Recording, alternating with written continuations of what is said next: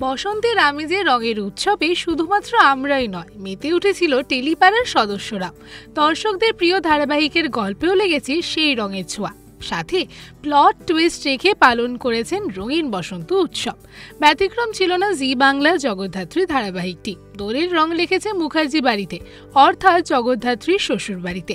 সব পারিবারিক সমস্যা মনোমালিন্য ভুলে রঙিন হয়ে উঠেছিল পরিবারের সদস্যদের মন।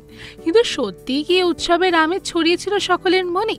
দোলের সময় সামনে আসে জি বাংলা জগদ্ধাত্রী ধারাবাহিকের এক ঝলক, যেখানে দেখা যায় জগদ্ধাত্রীর মেয়ে দুর্গা পরিকল্পনা করে কিভাবে সে দোলের অনুষ্ঠানে মুখার্জি বাড়িতে প্রবেশ করবে। তার মাথায় চলে কিভাবে সে তার আশ্রমের বন্ধুদের নিয়ে এই পরিকল্পনা সফল করতে পারে।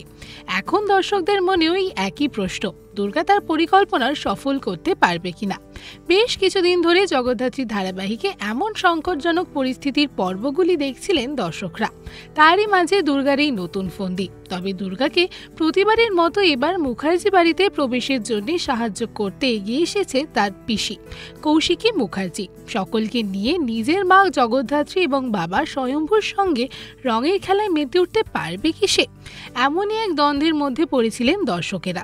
তবে দুর্গার পরিকল্পনা সফল হলো কিনা তা দেখতেই 16ই মার্চ থেকে জি বাংলার জগদ্ধাত্রী ধারাবাহিকে শুরু হয়েছে নতুন উত্তেজনার পর্ব।